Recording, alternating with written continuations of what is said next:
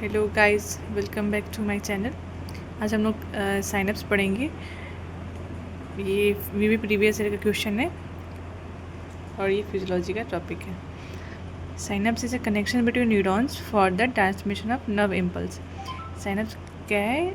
दो न्यूरॉन्स के बीच का कनेक्शन है जो क्या काम करता है? इन नर्व इम्पल्स को ट्रांसमिट करने का काम करता है वन न्यूरॉन से another neuron. It is not an anatomical continuation. ये एनाटॉमिकल कंटिन्यूशन नहीं है। It is only a physiological between a nerve cells. यह फिजियोलॉजिकल कनेक्शन है। अब हम लोग साइनप्स देखेंगे। ये होता है प्री सिनेप्टिक मेम्ब्रेन, ये होता है पोस्ट सिनेप्टिक मेम्ब्रेन। ये एक्सॉन्स का टर्मिनल है। प्री सिनेप्टिक का ये रहा एक्सॉन टर्मिनल, सिनेप्टिक वेसिकल्स है ये माइटोकॉन्ड्रिया है। और ये पोस्ट सिनेप्टिक न्यूरॉन्स है। पोस्ट सिनेप्टिक मेम्ब्रेन हो गया और उसके बाद रिसेप्टर्स प्रोटीन है ये, और बीच में जो है ये साइनेप्टिक क्लेफ्ट है। ठीक है, इसी के थ्रू नर्व इम्पल्स ट्रांसमिट होते हैं, यही साइनप्स कहते हैं इसको।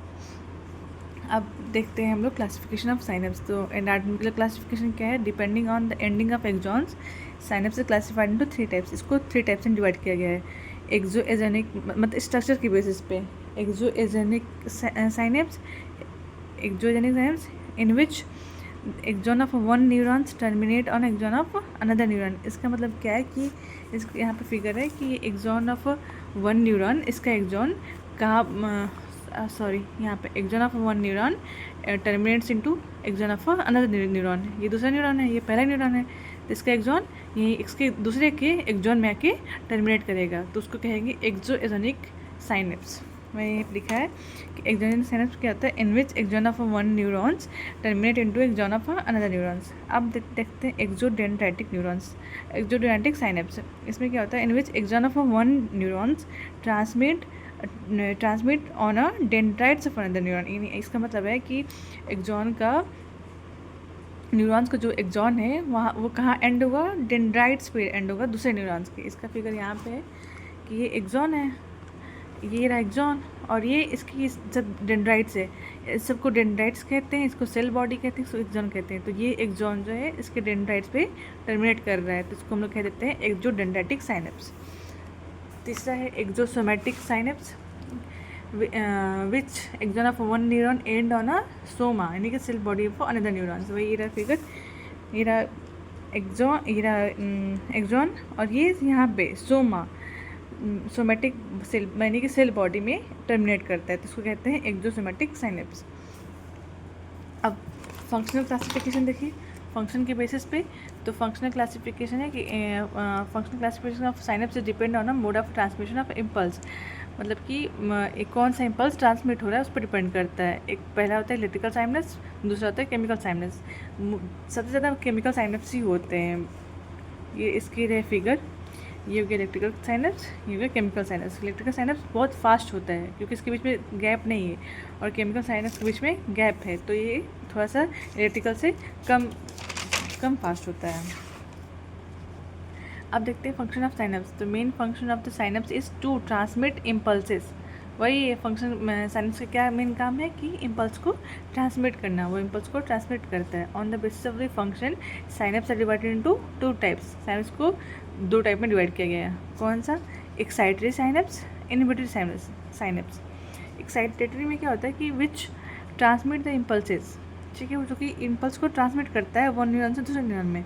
इनहिबिटरी में क्या करता है कि इनहिबिट कर देता है, वो ट्रांसमिट करना नहीं करता है। Which inhibit the transmission of impulses, मतलब कोई भी इम्पल्स रहेगा तो उसको ट्रांसमिट नहीं करेगा एक एग्जाम से दूसरे एग्जाम तक और अपने ब्रेन तक, वो उसको इनहिबिट कर देगा, रोक देगा। एक्साइटेटरी साइनप्स क्या होता है कि अब इसका हम लोग देखते हैं कि कैसे कैसे होता है excitatory synapse. Arrival of action potential in axon terminal. Axon terminal यहाँ पे हम देखे थे, ये होता है एक्सॉन टर्मिनल। यहाँ पे एक्शन पोटेंशियल, यहाँ पे एक्शन पोटेंशियल जनरेट होता है, स्टिमुलस यहाँ पे आता है। तो arrival of action potential axon terminal कैसे आया? स्टिमुलस मिला, एक्शन पोटेंशियल कैसे जनरेट हुआ? वहाँ पे स्टिमुलस आया तभी जनरेट हुआ, एक्शन पोटेंशियल जनरेट होता है। उससे क्या होता है? Opening of a calcium channel in pre synaptic membrane. Pre synaptic membrane में कैल्शियम चैनल्स ओपन हो जाते हैं। यही है प्री सिनेप्टिक मेम्ब्रेन। ये सब प्री सिनेप्टिक। यहाँ पे कैल्शियम चैनल्स होते हैं, ये ओपन हो जाते हैं। अब यहाँ से कैल्शियम अंदर आने लगते हैं। जब कैल्शियम अंदर आना आता है तो ये होते हैं वेसाइकल्स। इस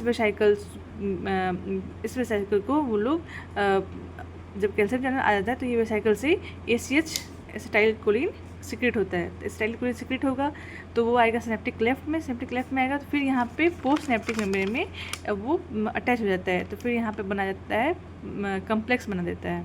ऐसे करके ये पोस्ट सिनेप्टिक में आ जाता है। तो अब हम लोग वही प्रोसेस देखेंगे कि arrival of action potential axon terminal, उसके बाद opening of calcium channel in pre synaptic membrane. Pre synaptic membrane में कैल्शियम चैनल ओपन हो जाता है। फिर influx of a calcium ions from ECF into the axon terminal. अब ECF से मतलब एक्स्ट्रा सेलुलर फ्लूइड से बाहर से कैल्शियम कहाँ आएगा, अंदर आएगा, एक्सॉन टर्मिनल में आएगा। वहाँ पे आएगा तो फिर क्या हो जाएगा, ओपनिंग ऑफ अ वेसाइकल्स, इस वेसाइकल्स को ओपनिंग हो जाएगा एंड रिलीज ऑफ ACH, क्योंकि जो है वेसाइकल्स बहुत सारे ACH रखा रहता है अपने अंदर।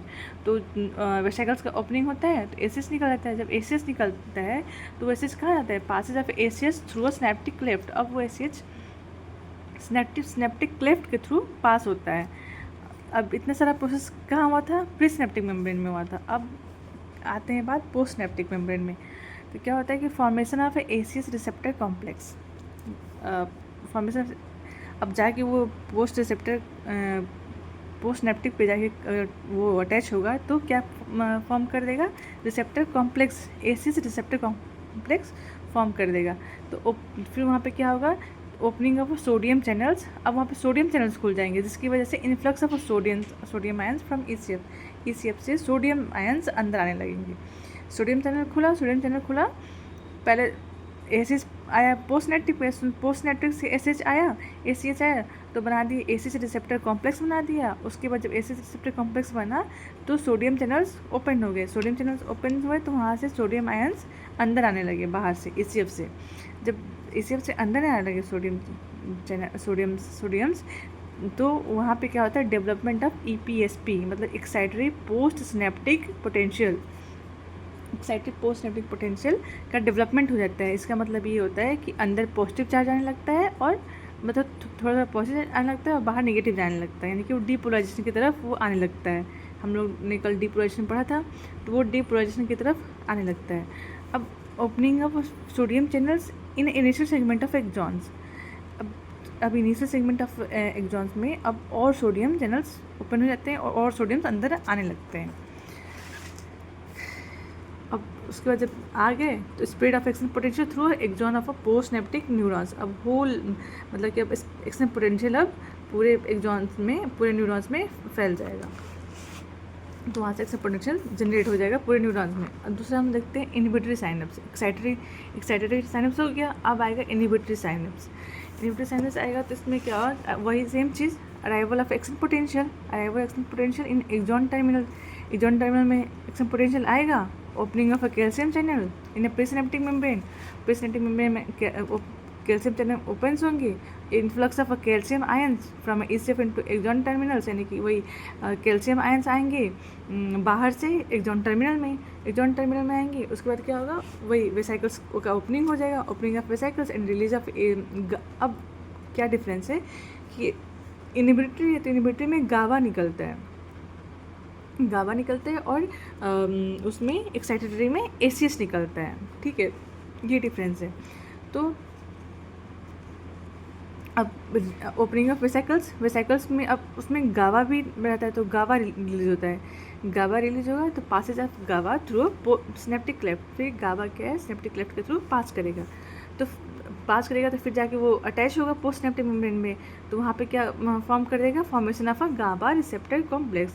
वहाँ पे गाबा रिसेप्टर कॉम्प्लेक्स फॉर्म हो जाएगा। अब जब वो फॉर्म होगा तब वहाँ पे ACH रिसेप्टर कॉम्प्लेक्स फॉर्म हो रहा था एक्साइटेटरी में। तो वहाँ जब फॉर्म हो रहा था तो वहाँ पे सोडियम चैनल्स ओपन हो जा रहे थे, लेकिन यहाँ पे क्या होगा, पोटेशियम चैनल्स ओपनिंग हो जाएंगे, opening of a potassium and efflux of a potassium into a ECF। तो वहाँ पे जब पोटेशियम चैनल यहाँ पे जब खुल जाएंगे तो पोटेशियम बाहर जाने लगेंगे ECF में बाहर जाने लगेंगे तो बाहर पॉजिटिव होने लगेगा। और इधर और क्या होगा, opening of a chlorine and chlorine channel and influx of a chlorine into neurons. तो क्लोरीन अब अंदर आने लगेगा। क्लोरीन जब अंदर आएगा तो अंदर निगेटिव जनरेट होने लगेगा और ये बाहर जो पोटेशियम है ये बाहर पॉजिटिव करेगा तो अंदर मोर निगेटिव हो जाएगा। ठीक है। तो अब उससे क्या होगा कि मोर निगेटिव इनसाइड अ पोस्टनेटिक न्यूरॉन, तो पोस्टनेटिक न्यूरॉन में बहुत ज़्यादा निगेटिविटी आ जाएगी, ठीक है। तो उसकी वजह से क्या हो जाएगा, हाइपर डीपोलराइजेशन हो जाएगा, मतलब कि पोलराइजेशन तो होगा ही लेकिन ज़्यादा हो जाएगा क्योंकि ज़्यादा निगेटिव आयंस आ चुके हैं अंदर। इसकी वजह से क्या जनरेट होगा, आईपीएसपी में क्या होता है, इनहिबिटरी पोस्टसिनेप्टिक पोटेंशियल, इसमें मतलब कि निगेटिव आयंस मेम्ब्रेन के अंदर आ जाते हैं। और ईपीएसपी में क्या होता है, ईपीएसपी में पॉजिटिव आयंस अंदर आते हैं, इसकी वजह से एक्सटर्नल पोटेंशियल जनरेट होता है और इसमें इनहिबिट हो जाता है, एक्सटर्नल पोटेंशियल जनरेट नहीं होता है। तो वही inhibition of a synaptic transmission, आज पे सिनेप्टिक ट्रांसमिट नहीं होता है। Thank you.